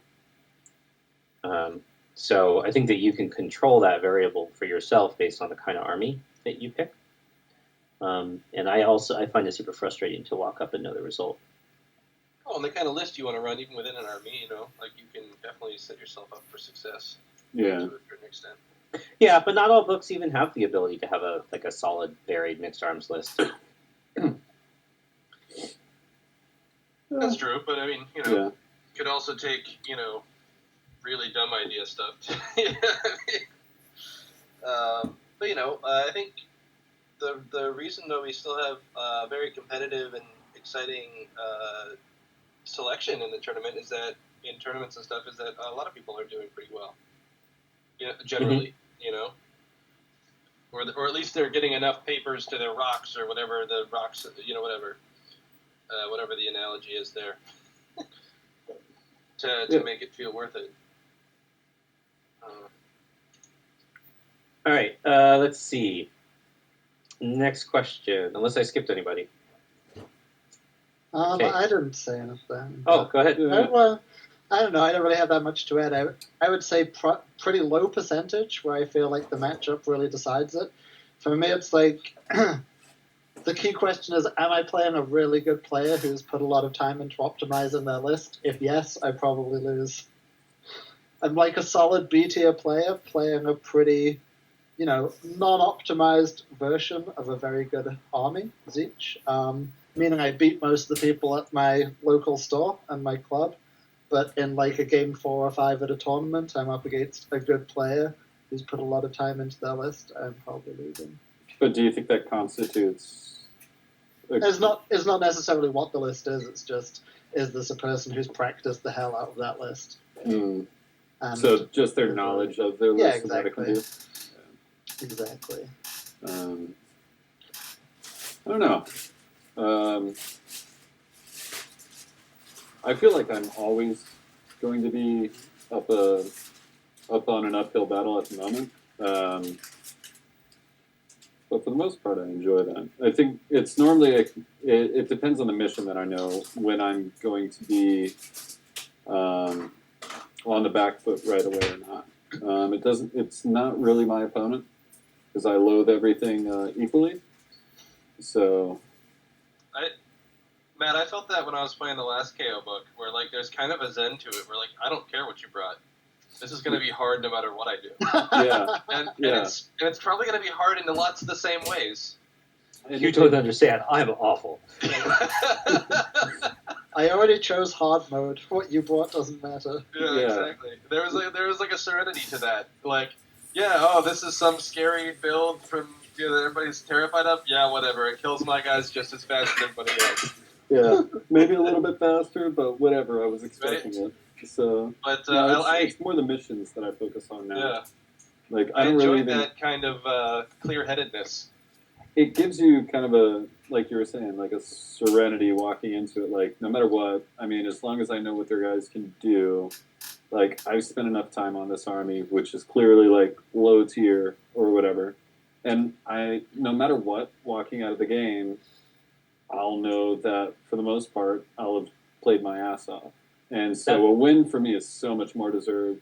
And it's not to take it away from anybody else. It's more just like, I know walking into the game that I'm playing this game on hard mode. So anytime I win, it's just, yes, thank you. Glory. That's a Right. good comment. That I think that the biggest predictor of losing the game is not having played against that army before. Yeah, that's a huge thing. So I have all the books because I mean I still want to kind of keep up with you guys when we're at a tournament. So I have to know what I'm running into. So like things that would be gotcha for me are just kind of like shruggable for other armies at the moment. I feel like having it on paper is not really enough, and it's not even like having played against the book. Like it's playing against the army. Like there's some armies that are similar enough it doesn't matter, and there's some books that only really have one type of army, like Slanesh. Once I've played it, I feel like I understand it. Mm. But Yeah, just you- not How many understanding. keepers do you have? How many lawnmowers Right. you bring? Whatever. But it's all sort of the same shtick. Oh, yeah. No, but like exactly, not but understanding how an army works is probably that's my biggest predictor of loss. Well, see, that's why I have every single army, but I play beasts because I want to be one-upping right there. Da-da. Got it. All right. Next question. What is your favorite new Games Workshop model range? And by that I mean an entirely new range post AOS. Post AOS? Yeah, post launch of AOS. So we're talking about Easy. diaper How, babies. We're talking about fish elves. Oh, it's the sheep Bone ghosts Reaper. for sure. Sheep Sheep ghosts. All right. The sheep ghosts. Love Nice. Did you say sheep ghost? Sheet ghosts, bed sheets. Like Charlie Brown Halloween. I was Yeah. like, man, There's there only five, is. right? Are there five? Well, Counting uh, New Elf? do Gits count? Because they got a major No. revamp. Oh, yeah. No. Ricky's Because still you're using the cold. models he was using before. Right, but all the Before trogs they are came new, out. and they're All the glorious. frogs are new. No. That wasn't the question though. And here's how the question came up. Okay. So apparently there was another the podcast. I think it was the Ventura one that was on this weekend where they were talking to people about what they thought of the new ranges versus what they thought people thought of the new ranges. And by new ranges, they mean like the AOS unique IP that GW came up with after Right. That was after Sigmar. Warhammer Go ahead. Weekly a couple weeks ago. They did. They had that's done a what it big. Had done a big survey of the community for like the aesthetics of AOS, Oh, cool. and All I right. love it. And so we're talking about like the uniquely AOS, not the stuff they pulled from 8th and revised. So I think Got that it's diaper babies, fish elves, spooky ghosts, tree bone people. rippers. Tree people. No, two Yeah, people are a pullover. No, They're- Tree Lord. they're what Tree Lord else? Ancient is They're what else? But they're, I mean, Oh, 50% yeah. of that range I is think brand you've got new. to. and I no, think no, it and has dryads to be- are no, and dryads are. These other ones we're listing are entirely new. New they IP. didn't exist. at Yeah, this but point. Sylvaneth were really kind of new, No, they weren't. right? No, they weren't. The battle No, line they is were a old. unit. All the You battle got line is old. you got Alariel, you got the tree. Alariel was already there. If you count Uh, Sylvaneth, you have to Alariel and count Orion Gits. were too. already- 60% of their units are new. Like, Alariel all the wasn't Chrononauts there. are new. Yeah, Alariel's exactly. definitely new. So Alariel. But that wasn't the question. Fair There's a enough. couple ones Fair that are enough. 100% new. Well, Which then one? even Nighthaunt don't count because they have spirit hosts. They have the. Fine, 90% new. Okay, so now we're just talking about numbers. So So, now we're drawing lines. Okay, I see how it. All right, the trailer line I have made. Okay. My mind is incredibly intuitive. The stuff that's new. I honestly think we rethinking it. I think we should include the Gits because they got a bunch new. I think we should include the tree people because there's a bunch of armies that got nothing new, just a tome and some spells or whatever. So there's a clear distinction there. Hey, Well, Beast the got reason- a About stone. corn. We got a I think- stone. Blades The- of corn the- count? No, that's not a new aesthetic. 'Cause the point wasn't. But Here's that's an all new Okay, model okay. range that didn't exist before AOS. All So of the the- mortal. the Huh? point of the question was, Okay. what do we think of the new aesthetics from GW? We The just aesthetics broke that PC. are post, and I don't even know if I'm pronouncing that word right, but the looks that are post super unique Fish Dragon IP, right? So Mm-hmm. these are all ideas that are, hey, this is incredibly copyright protected, it's unique, it's zany, we're all writing dragon lizards rather than horses. Like those truly new things. I think Stormcast is new. Stormcast Stormcast counts. definitely new. I would say overwhelmingly, until very recently, overwhelmingly positive. But just recently they did Bone Derpers, and now they've done hideous bull elves, battle Oh, cattle, I whatever we want to love call Battle them. Cattle. Oh, So I that- love those. Those are great. Yeah, they're They are- amazing. They're losing me just recently. They're losing me. That's what I'll Right. say. So I guess here's a modification to that question then. How much of it do you like the original IP, or how much, and what way do you like it? Do you like it as a modeler? So like, oh, those are amazing. Like for me, I'm going to take those elf dudes and I'm going to turn them into awesome Slanesh and Beast of Chaos stuff. Like I'm never going to use them as elves. So do you like them for that, or I mean, maybe the question is, did they jump the shark, right? With Bone Derpers and elves, and I mean, I can think Fire Slayers goes into jumping the shark territory. I would say in general they didn't jump the shark though, because some of the truly zaniest ideas they've come up with actually worked really well. Like fish elves, I think, is a beautiful Yeah, race. they look great. I'm always like, that army always looks good to me. yeah? So I don't think it's just like they picked zany ideas and that doesn't work. I think sometimes just like a model aesthetic just does not hit, and Diaper Babies definitely falls into that. Bone Reaper faces, specifically Yeah. the faces, fall into that. I feel like part of that too is is on the studio painters, because I've seen those faces painted by other people and they're not nearly as egregious. Yeah. I wonder. That's what I wonder about the elves, because the last ranges that came, I really disliked preview pictures until I saw them. Like the Derp Turtle, Yeah, hated on preview. It looks pretty good in person. yeah, it actually looks amazing in person. It's one of my favorite models outside of the Derp Riders. Like the Derp Riders were halfway in and out when they first came out, and now they're kind of my favorite looking models from that whole range. So this question has totally gone off the rails. So we can You just did- continue on. You want me to pick one that was best, so I'm going to pick Ghosts. Other people? I mean, I like KO, but that's just, that's me. Oh yeah. Oh, KO's a new one. Yeah, KO's Yeah. definitely new one. It took us a while to get there. The dwarves were, they were kind of going that direction in the like towards the end of 8th, but they're definitely new. Right, because toward the last dwarf tome, they were definitely like, they got the new gyrocopter, it had that new sleek flying look.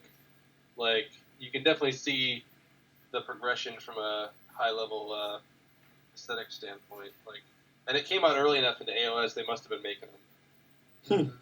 You know? They'd had those made already. Ricky, you have to pick one that's not goblins. What is it? Drugs. Oh, one. Yeah, I mean, trucks. They're not goblins. Come on, You guys. are all the Everybody worst. can answer for him. No, I think. Yeah, trucks. Ricky declines to answer. Next. This is a weird one, but actually, all the Warcry warbands and the expansion on the cultists and all that stuff, I think those are my favorite. Oh, I do like some of those. The Warcry warbands are super sweet. Like for so long it was just random dirty people that just hung out in the basement of cities and that was it. But now they all have like these really interesting personalities to them, and like they've really kind of fleshed out the feeling from these different worlds. I think they're what made AOS start feeling like it came into its own for me. Like to show that there's all these different like realms and places and how they affect everybody. I like how much different character they have too, and how different they are from each other. Exactly. Like, before then, like any chaos model was like a red paint swatch away from being corn. Yeah, You know? and like, yo, dog, I'm a barbarian, pretty much. Sorry, I I'm like going to go back. endless I was spells. is it Trogs really, Ricky? Is that I can never tell. He can't. I think the coolest thing that they've added since 8th net new, like models wise, is endless spells. That's a good Yeah, answer. that's a good That's a really good Because answer. we went from They're a cool using aesthetic. blast templates that were like the to like stuff that actually you get to put on the table and it sits there and you interact with it. And I think both from a gameplay and just a visual standpoint, instead of a blast template, we actually have a cool spell now. So. All right, I'm going to go out on a limb, and I'm going to hope that the big someone that's going through something. Somebody going through their bits box there. Yeah. I'm going to hope that some of the pictures are bad, and I'm still going to pick New Elves because I really like the Cav. Really? Oh, What- I love The what New cavalry are Elves. so good. I love Yeah. them. What is so The good? Cav. The Cav. Really? I'm gonna be What is playing the yeah. cows, man. I want to play those big cows. They're so cool. Those are turning into Keepers of Secrets for me, just hands down. Can They're we all at going to be least Keepers of agree? Secrets. Can we agree that the elves with hammers and cow hats are absolutely absurd? Or No, people they don't are defend those? absolutely Yes. awesome. They are. No, I- I'm all about that. Did I? What? Yes. I'm The cow hats. Yes. Oh my God, yes. Oh my I like them better than their I old do not stupid like those. pointy hats. No. I'm totally I'm hoping buying a those bunch are of bad. cow hats, and I'm going to put them on a unit of best score, and so it's going to be best score running around with cow hats, I and don't it's know going to why be they- the most amazing thing. I don't know why even think they always should have given mess elf with hats so hammers. much. You guys think that I- this is all just a way of them to troll Kings of War players by making actual cow army? What? I don't get it. Oh, KOW. Yeah. Oh. No, I think That they're was- trying to lean into like the Earth's aesthetic to do something different with elves, and I don't know. I I kind of hope wish so. they hadn't tried to bother to do something different. Right, so Right. it kind of said those are the aspect of the melted ones, so I'm just hoping there's like 3 others, and I'm hoping they are just better in the game and have better models. Right, So I right. don't have to see the cow elves. Yeah, there's Oh, other man, aspect warriors, basically. Yeah. I think they're going to be amazing when we finally Ugliest see them on models the are world. always the best. Yeah, That's how this works. So what about Teclis himself? What do we think about him? I like his little Uh, friend. He's Oh, beautiful. he looks straight garbo. No, he's awesome. He looks like he's a puppet, and he like a hand puppet for the monster that he's supposedly riding with. I'm I fine really with that. dislike his pants. Yeah. They're Severe so pants. puffy. How's- Just the pants. Very specific. They're just weirdly puffy, and they're just. He's like I don't know. MC Techless or something. Yeah, it's All Hammer right, time, I think Hammer I'm not sure it is New Elves because like there's parts of New Elves I really want to like, and there's Right. parts that are really cool, and then there's some where I'm like, y'all are trying too hard. Just make it classy. This is what I'm thinking. I think many people are going to kid themselves into believing they like the aesthetic of New Elves just because they want to like elves. But I think I that's just want to go back to Right. Rivendell. yeah. Just want to go back to Rivendell, man. I don't know. All right. I'm excited by them trying something new, and sometimes you hit, sometimes you miss. But most GW models that I don't like in the previews, I end up liking once I see it in person. Well, Yeah, that's my totally. hope. I That's think the my cows themselves will end up looking pretty cool. I think Oh, the so. I cows think the already cows look themselves, the hats. amazing.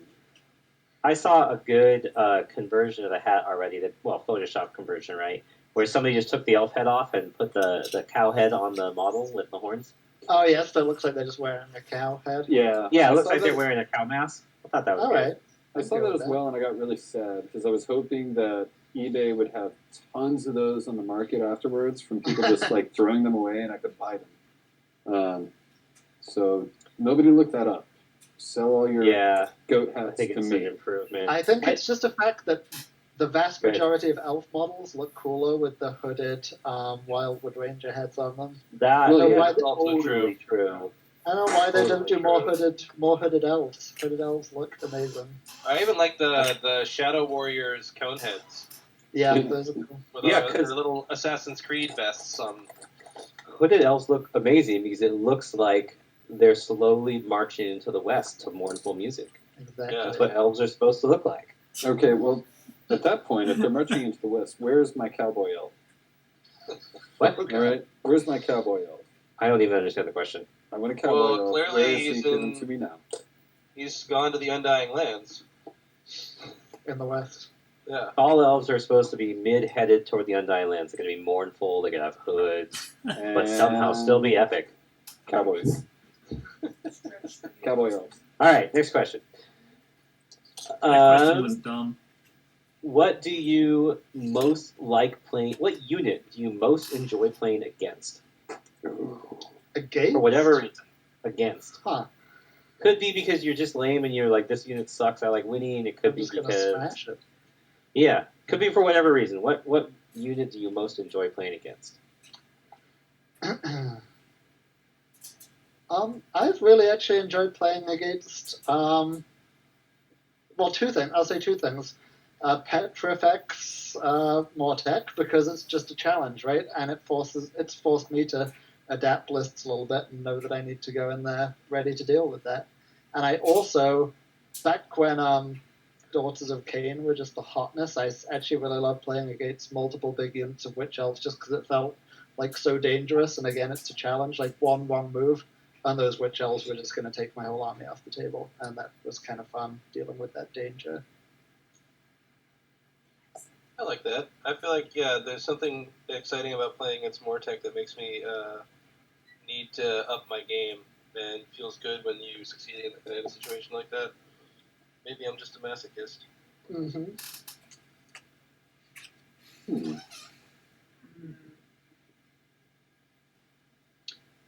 Go on.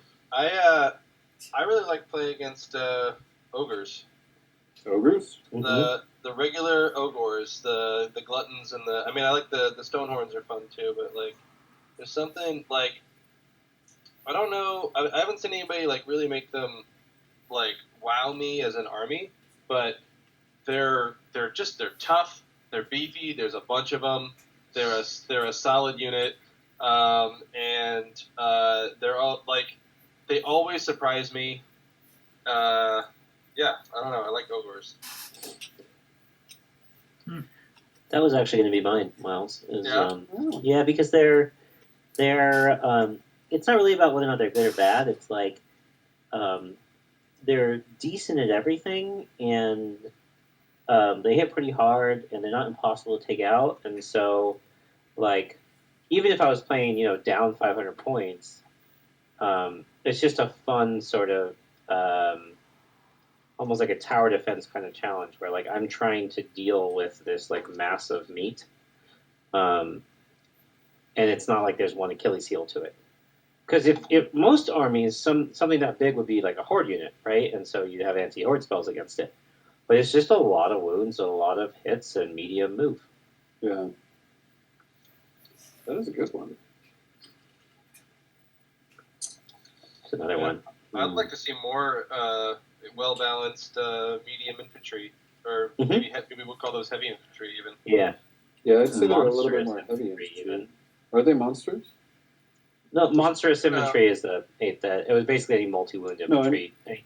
Whereas all 3 or 4 wound infantry. I was wondering if they had the monster keyword. No, they do not. Yeah, I like monstrous infantry in general. It's kind of sad that Crocs and Girls are the most garbage thing in the new Lizardman book. It's okay. They're not dragon ogres. They've at least got that going for them. They do We have can't that. all be dragon ogres. I know. Shaggy Yeah, I think looks that's- on in disappointment. I think that's the class, really. Like, monstrous infantry are fun to play against because there's not just, like, massive hordes of stuff that gets in the way, but it feels like you're playing against a big unit, and you can sort of mess around with controlling the movement or controlling the buffs or the debuffs, and you just have a lot to slog through. Yeah, And it's That's tough. kind of what I'm missing from Siege 2 is I wanted to have a good monstrous infantry. That's a good role to have in every army. well, I got it. I in mean, I can spades, use dragon ogres, but that would be a poor choice. That would be just a terrible choice. Shush. I Uh, like my dragon ogres. Ricky, we haven't heard from you yet. Yeah. I don't like any unit. I don't like. I want them all to die. That's why I'm there, to kill them. Hey, Mr. Mephisto. I think Yeah, I think there's some validity for me in what you guys say about ogres. Like, I really enjoy playing against them. They can be kind of nutty and frustrating, but they're fun. What else? I don't know. Like, I really like seeing an all melee chaos army across from me, I guess. That's pretty easy to work with, right? I guess I don't know. I don't really have something that I just. I guess I really did enjoy playing against Stormcast a lot, which is why I started actually buying some Stormcast models.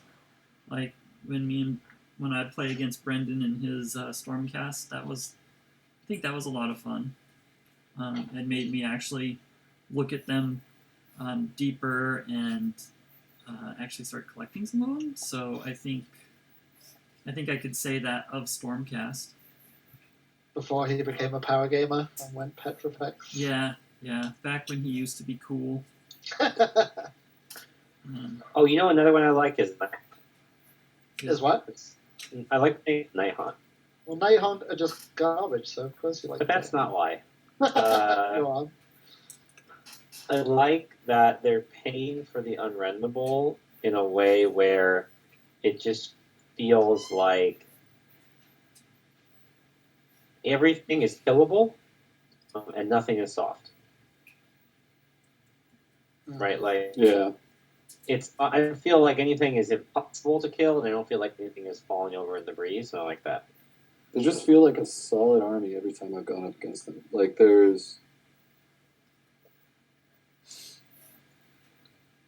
I think it really comes down to the skill of the player for them. And rolling 11s. Yes, 11s. A lot of 11s. Yeah, just roll those 11s. You only need a 10. Yeah, but like you want to do it with some style. Yeah. That's true. Like, Yeah. if you're not rolling 11s, 11s, you're playing chump change there. Yeah, I wish when they redo the Nighthaunt book, they get rid of that. Make it something more interesting about the charge. Like, That's I don't why, mind them.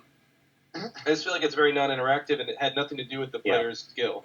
Of the armies I play with, you're right. Nighthaunt, like, there's a lot of things I love about Nighthaunt, but a lot of not enjoying playing with them comes down to just, like, how well I do it is directly related to how many 10-ups I roll on charges, and that's just so kind of boring. And what made me really happy when Legion of Grief came out, because then it's just like, okay, here's just a pretty solid rule set that I can work with, and it's not all coming down to these dice rolls anymore.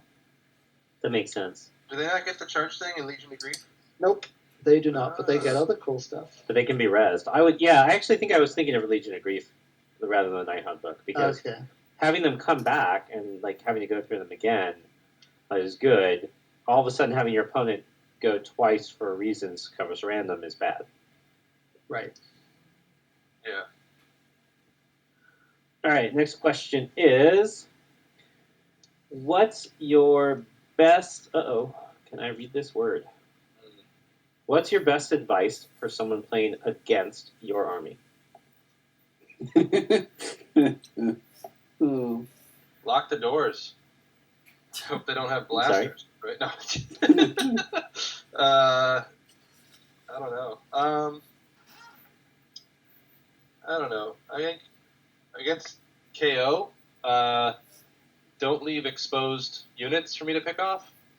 Right? Like, I do best if I can find one or two units that are kind of by themselves and I can just kill them and then buy myself this range.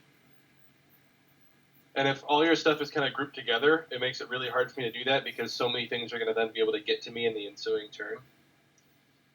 So if you kind of bunker up a little bit more, I have a much harder time. Which is not something you'd think to do against a movement-based army. You want to spread out and be able to get places. Shoot the units by the herdstone.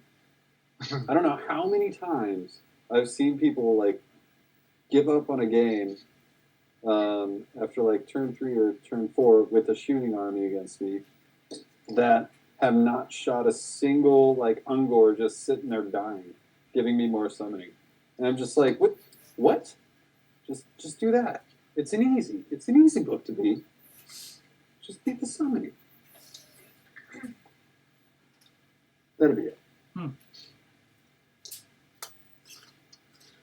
I would give a couple for my playing against my specific flavor of each. First, be very aware of the unit thresholds. The fact that like acolytes and horrors are not wizards anymore if they lose a couple models. That both gives you a way to reduce the effectiveness of that unit and reduce the number of summoning points that are building up. So be aware of those thresholds. That's one of the few times, Tom, that I think about splitting shots and not focusing exactly. things. Like, could I actually take out a couple wizards with quotes around them by like spreading some fire around? Exactly. And then, in my flavor of each as well, just put some wounds on the acolytes, because if I have to spend command points keeping them around, then it's So shooting the acolytes is good for two reasons. Take the wizard keyword off them and make me spend command points so they stick around, so that I don't have command points for rerolls and stuff. Yeah, acolytes are really bad morale. Exactly. They're worse than those salamanders. Yeah. So dish them. They're less than the 5? same. They're the same. They're 5. Okay, I was gonna say, whoa. Just dish the wounds around different units to do that. That's it for now. Maybe I'll think of more.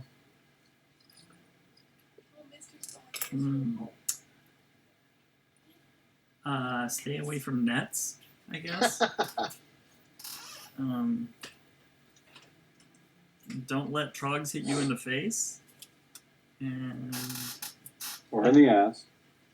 Like, just don't let trucks. I think in general, a thing to think about when you're playing Gits is just if there are fanatics in the list, don't forget about fanatics. However, you have to remember that they're there. Do that. Put a rubber band on your wrist and just keep popping it over and over or something. I don't know. Do all those sitcom tricks. You tie a string around your finger and then forget hilariously later. Yeah. I think for me, and I'm going to generalize it to any high drop casting list where you're planning on making your opponent go first, deploy your wizards later, because you and pay attention to what they can dispel, because if you plan to make your opponent go first, but they don't have the choice in the matter, the positioning of their wizards is quite frustrating, because they have to care about your dispel range, and then they also have to care about knowing that if they place them wrong, you could decide to go first and off their wizards. And so where they place their wizards can be really difficult, and you can make it harder for them by paying attention to those ranges. Oh, I think Tom's is really good, though. The threshold one is absolutely true, too. And just be aware of how the... I don't know how relevant this advice is, because I don't know how many people other than us two are actually playing Mortal Zeech stuff. Yeah. But be aware of how the different types of float goat, how their rerolls work. Like, you had one game in a tournament where somebody didn't know how the enlightened rerolls were going to work, right? So, right, that's a good point. It makes such a huge difference. Like, the damage output difference between no rerolls and reroll hit and wound is just night and day. So be aware of how that works and plan to how you could not have that happen. So the short answer, by the way, is if they've got bows, you want to go before them, and if they've got stabby spears, you want to go after them. Indeed. Which is a nice kind of damned if you do, damned if you don't kind of situation, right? Because you don't want to get hit with stabby spears. That's not fun. Well, and that's why I always run those two together on my list. Because if the opportunity presents itself, you're putting somebody in a situation where they're going to have to focus there, no matter what. I don't know. I don't get that, because to me, if I am going into something that's got 3 bows and 3 spears clumped together, I'm going to go in, I'm going to go first, and I'm going to attack the spears to try to kill some, because they will be depleted, and so their attacks back won't hurt as much, and the bows won't get the rerolls anymore. Right? Yeah, that's true. But if I've only... I think it goes back to having to play it in the context of a beast list with them. If you've already just let those 2 get charged and something else already isn't in combat, creating more of a target priority problem for your opponent, you've probably already lost the game. You need to be owning where your opponent is going. Otherwise, you're not doing anything on these. I Sorry, mean, you that was a can little hard line, but you can create like a little pack of 3 bows and 3 spears and charge them in together in such a way that, you know, the spears are just clipping one guy and then are behind the bows. So you hit with the bows, they're going to have to mostly hit the bows and kill them, and then the spears get to run in and hit. Yeah, if you've got the charge, totally. But why Well, would no, you no, not have even- the charge when you have 16-inch flying models? or in Because beast you deep strike 19, and then I mean, don't make the charge.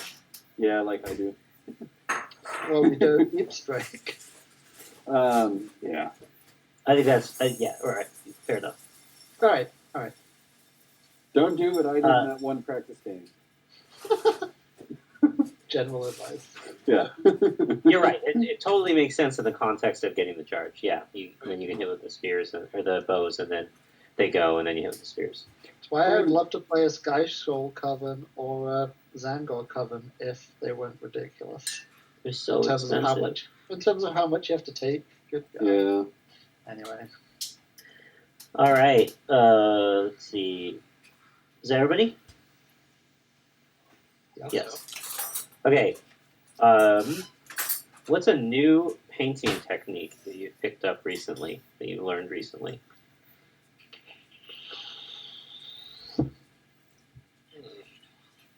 I'm really into contrast paints lately. Yeah. Obviously, by the fact that I'm doing nothing but that right now. And remind, what's the short version of, because I know you talked about this at a good length. What is it that you were doing with contrast paints that's different than just like out of the pot? Me? Mm-hmm. Oh, I thin them down way more, and then just do several layers. That, like, okay, on this wolf, like say on this part right here, on the tassel on top of this wolf, this goblin's helmet, whatever that's called, that little tassel, that's probably like 10 layers of gray and black instead of one thick one. And then you 10 layers, wow. Ricky, they pitched us that it was one thick coat. Yeah, one thick coat. Well, What's it wrong can with be. You can do it that way, but it does not come out looking quite as smooth and nice. You just keep going over it, keep working it, and you'll get something that looks good. I love those videos of the models just getting like sprayed with a fire hose from the side. That was fantastic. Yeah. You know? And I like to mix colors too. So I might do the cloak with one whole wash of like that really warm red, and then I'll still go in with just one of the darker browns and kind of brush it in here and there to tone it down some. And you're only using it exclusively, right? Well, I mean, I'm using metallics, and I'm gonna do some edge highlighting with probably just some, like the old standbys like Carrick Stone, and some of the other just highlight colors that are just good for edging. But for now, yeah, it's all just this. All these models are all contrast right now. It's interesting because I was going to say contrast as well, but I've been using it a lot for wet blending. Yeah, I do that with these. Like on the bases, I painted the brown on and then the black over the stone too, so it kind of pulls some of the brown up onto it. So.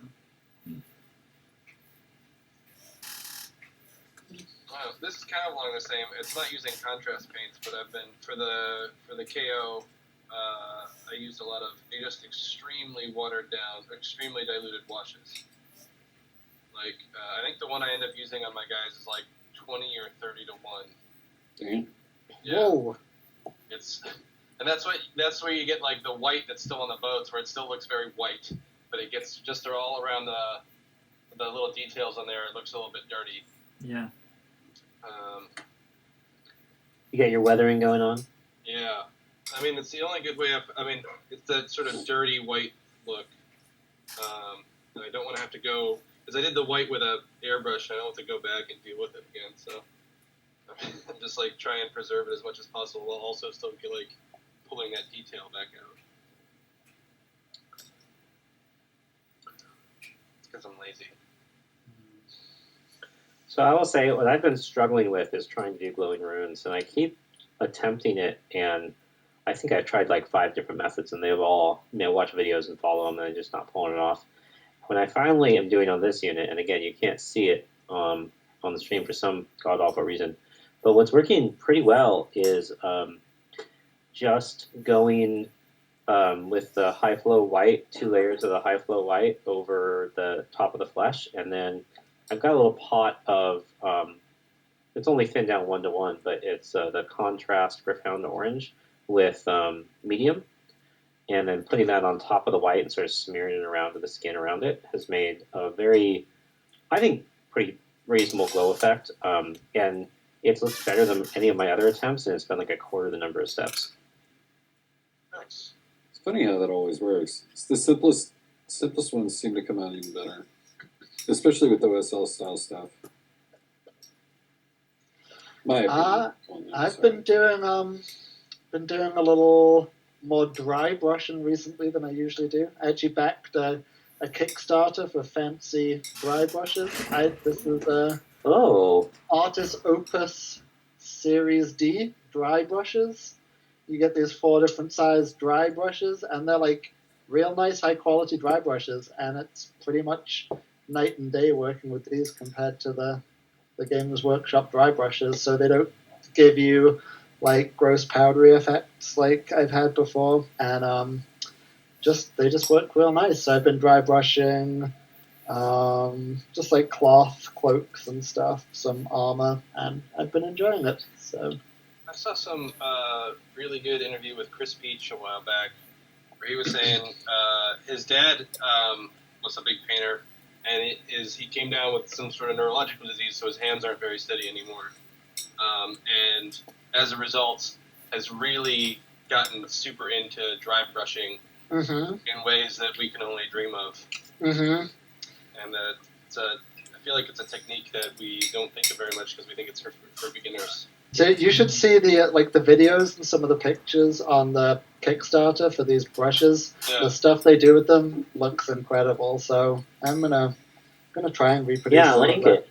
Yeah. Okay. I'd like to see it. Yeah. I'll send you a link. Dry brushing, I feel like, is often just like really surprisingly effective for its time, which is why we think of it as a beginner thing. But Right. I don't know. There's still I dry brush like most models have some dry brush somewhere. Like maybe there's chainmail or something that really lends itself to it. Yeah. I feel like I dry brush a lot. Well, I think this goes back into the wet blending, but I'll do like for especially larger areas of flesh, I'll set down my base and then pseudo dry brush it up, and it kind of gives it a little bit more of a natural feel. I don't know if that makes any sense. Making sure that it's brush, basically. No, like so use the same dry brush technique, right? But actually, and this is where the contrast comes in. Like keep it actually slightly wet. Mm-hmm. Yeah, real heavy one. Yeah. Like, okay. I call that dry brushing because I'm lazy. I don't want to do a million coats. I think it makes for a good base for everything else you do. Yeah. To be honest. All right. What phase of the game are you trying to get better at? Oof. Always shooting, man. Just trying to roll hotter. Yeah. I understand it's all on how they land, so I've been practicing. I'm not sure I got it yet. I think hero phase. Hero phase Yeah. for me. I have my army that I'm always testing my stuff against is like top corn, so I'm always kind of like skipping any sorcery or anything there. So I'm like, oh, okay. So I'm always playtesting against corn and kind of like not really thinking about some of the power of some of my spells that I can be using, like Devolve, the other game against Ricky where I pulled him off an objective. That was kind of like, oh yeah, I forgot that spell exists because I never use it, kind of thing. Yeah, that worked really well. That's a good point.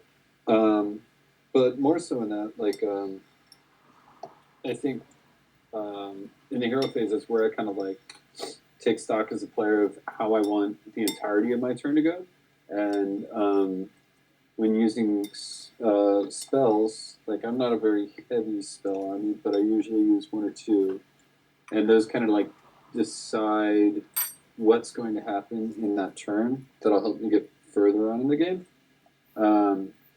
I need to get better at recognizing that without leaning on my spells. There are just a couple of things that I know I need to do in movement afterwards that shouldn't be defined by spells.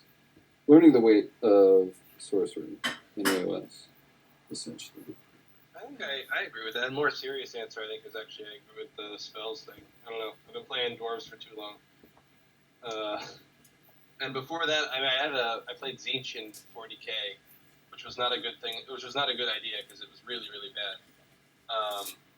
But like, I've never been pumped about having like, after failing so hard with it for so long, the idea of having like ton of spells has always been like, I'm just gonna roll terribly on those spells. And they're not gonna work. Yeah. Yeah. But I do think a lot of times they don't, and knowing I think there's a lot of surprising amount of like movement to think about getting your spells off. Like you guys were talking about, like spell ranges and dispel ranges, and making sure your guys are in position to get the right spells off when they need them. I think that's something I don't pay enough attention to. Okay, I don't have to, but I'm not going to play them forever probably. We shall see. Well, I mean, next is all super heavy casting, right? Super heavy casting. Yeah. Like 5 or 6 slam. Yeah. Yes. On it. Yeah. Gotta Mazda Monday that up, man. Yeah. Frog Patrol. Ricky, Tom? BRB. Wow. Tom, you want to go? I can go. Yeah, you can go.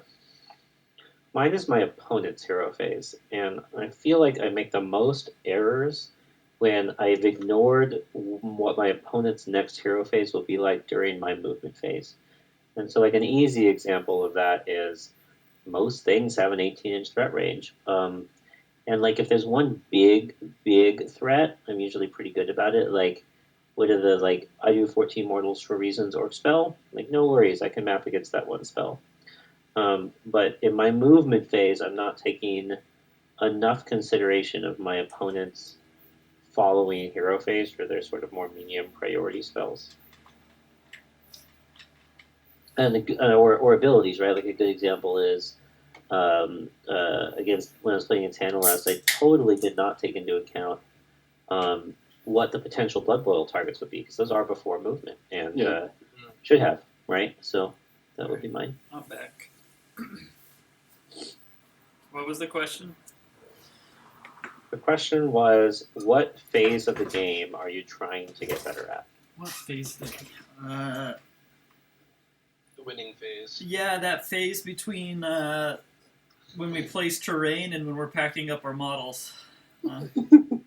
I'm woefully inadequate at all of those phases. I mean, would you say you're trying, though, really, when you think about that phase? I think... Priority roll? Yeah. No, I mean, from my experience, he's had that down, so Oh, yeah? Okay. whatever. Yeah, I don't know. I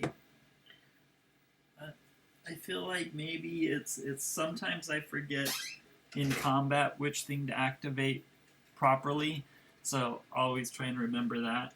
Like,